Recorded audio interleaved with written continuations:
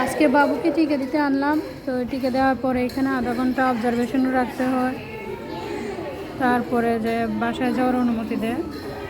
তো এইখানে অবজারভেশনে সবাই বাচ্চাদের খেলাধুলা করে করে।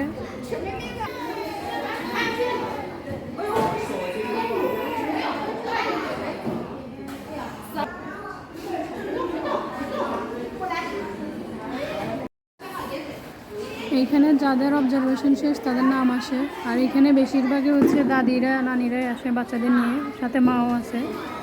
এইখানে বেশিরভাগে দাদি নানি, বেশিরভাগে নানি। তো আমাদের টাইম শেষ, আমরাও চলে যাচ্ছি।